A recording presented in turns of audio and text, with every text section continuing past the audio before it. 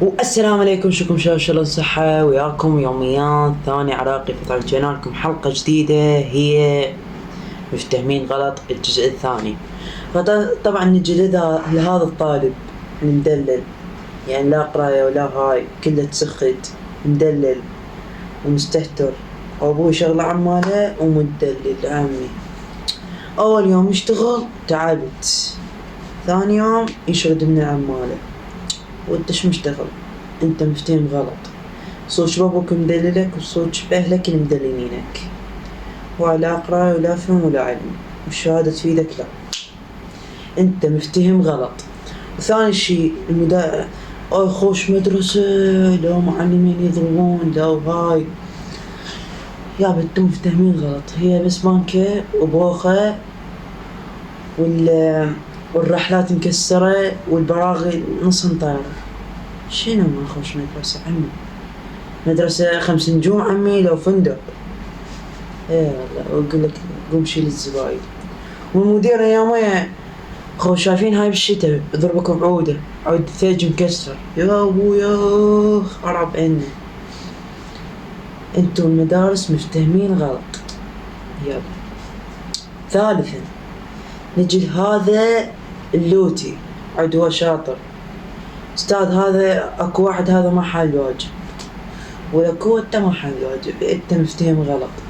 نجي لذاك هذا لك عم شنو هاي خرب عنا. والله كارثة يا الله.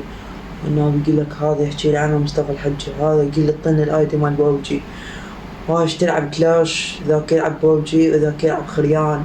انا بالنص شنو الشغل؟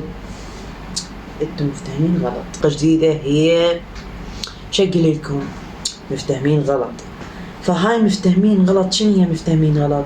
يعني اي واحد يغلط معدهم. هاي مثلا هاي الساعة بيش بتشتغل هاي. مفتهمين غلط. مثلا واحد اول يوم يداوم متحمس وجنطة جديدة ودفاتر جديدة، روح ابو الستوتة روح. ايه روح ابو الستوتة. والثاني يوم يفنشر وينام. الله عليه هاي يفنشر وينام.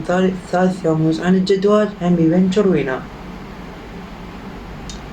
ابوي يقول لي اول يوم متحمس، ثاني يوم شبيك فنشريت؟